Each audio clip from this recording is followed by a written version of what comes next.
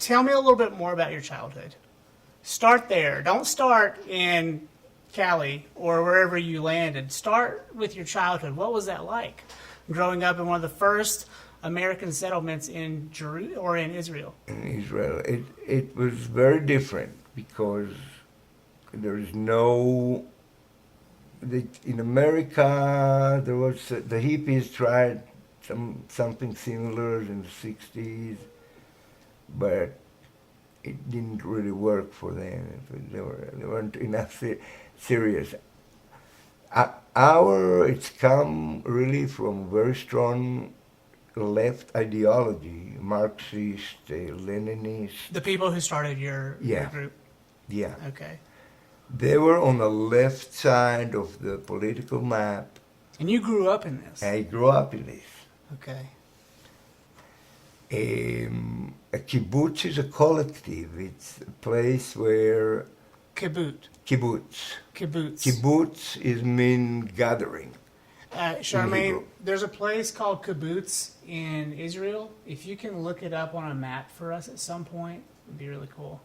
About 3% of Israel live in this kind of models, villages. Okay. Now they're going from left to right, politically and ideology. Just inside this little place called Israel. Yes. Okay, it's just literally it is a real melting pot then. Yes. Because when I look at it on a map, it looks like it's about the size of New Jersey. It is.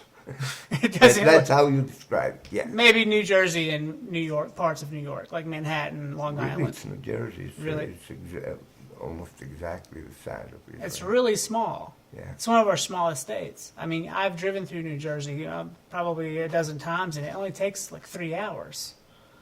4 hours. 4 hours. Israel is long and kind of not long, but yeah. But you could be from the coast to the border on the side in a half hour if you could get through all the gates, right?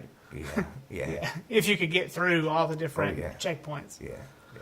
So you can drive from north to south in 4 to 6 hours, depending on how you drive and how you do it. A lot of people, especially young people today, they really just kind of throw their hands up in the air about what Israel is and whether or not Israel should even exist. And, a lot of people on the left today are like, oh, those poor Palestinians. It seems to me like they've been going eye for an eye for a really long time. However, it does seem like the Israelis have the upper hand significantly at this point. And there is some cruelty involved, you can say, on their end when it comes to, not just like how they've, made people leave their homes, but then, it seems like there's a sectism or even a racism there, or some type of rift that we don't understand as Americans. Can you explain it to us? Israel is one of the most free nations. Maybe America is the only one that I can say. Certainly in the Middle East. In the world. Yeah, but in the Middle East, they're sitting out like a sore thumb. Yeah, we are. To me, it's very simple. I maybe shouldn't get into the spiritual part of it, but that's where it really lays. Mm-hmm. Well, that's the Americans too. The Jews, been on that land since Abraham. Yeah. Well, it's the get-go from God, and he goes there and he established his kids, his family, eventually established this group of people that been there forever. They're a part of the Middle East. We are cousins. We and the Arabs are cousins. We have the same father. Mm-hmm. It can check genetically. Okay. Okay, we are not foreign to this place. We are not. They try to. There's a lot of propaganda that people. We are there is nothing more. How you say it in English? Native. If the Aborigines are native to Australia, the Israelis are native to that place. We've been dispersed around the world. And miraculously, we came back. Right here to kibbutz. That's it right there. This is where you grew up? So There's Lebanon. many of them. There is? Yeah, there's a couple of them. So pull this out- is the kibbutz. Pull out Daphne. to the hole. To the hole. So yeah, it's So down where? from Beirut. Go to Ein HaShofet, E-I-N, if you can. Say it. EIN. E-I-N dash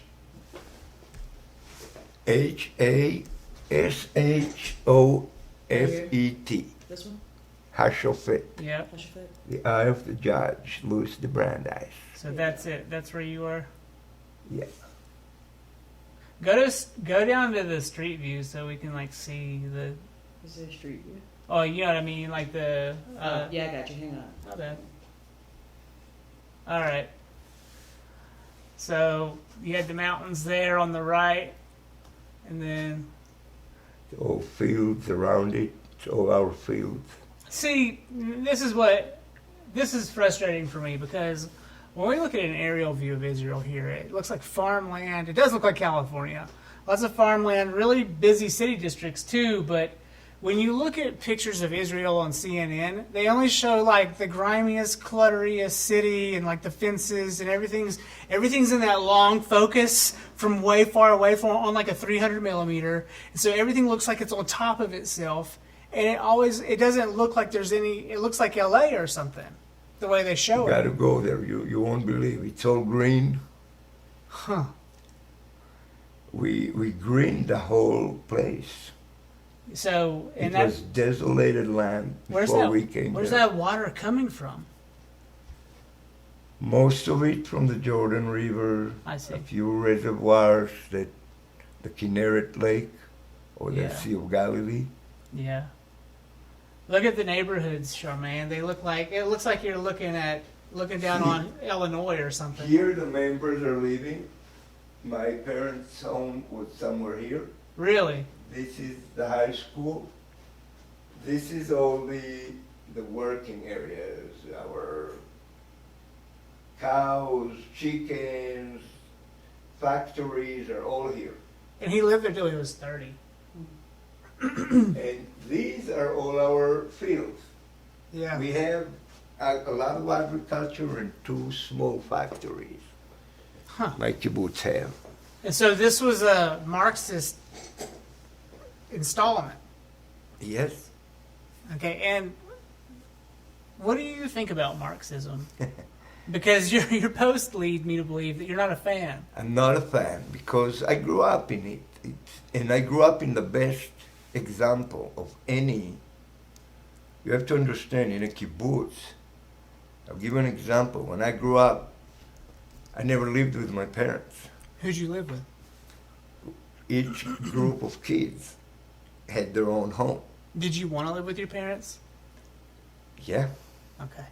it's something I think today was a big mistake. They think it's a big mistake. They changed it. Now the Really? kids do live with their parents. So, but that Marxist ideal, that's very Aryan Brotherhood. They would take the kids from the homes, put them in these camps. It came a lot from the need. If they believed that a woman to be free had to be freed from raising the kid. So by the collective take the responsibility, and by removing the kids from the parents' home, the woman is free as a man. Did your mother like that? What we saw over 100 years of experiment that's going on Mm. is that women naturally choose woman. To be a motherly Yeah, figure. to be a motherly figure, to be teachers, to be nurses, to be the typical stuff that a woman choose, or what you see in society, women choose and men choose, happened naturally in the kibbutz. Yeah. Only really a few women chose to work in the fields or in the. Well, and that's how it is in every occupation. Yeah, Like in I think cameras, so. you know, there's 9 guys and there's just one girl who's better than all of them.